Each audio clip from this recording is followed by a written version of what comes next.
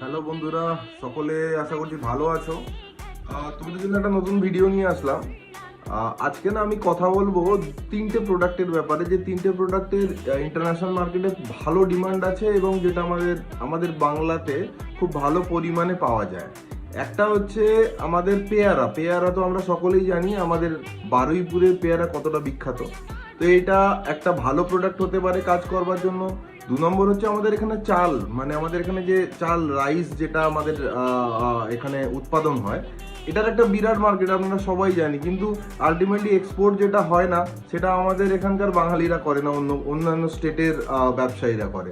তো আমাদের এখানে এটাও একটা ভালো অপরচুনিটি কাজ করবার জন্য।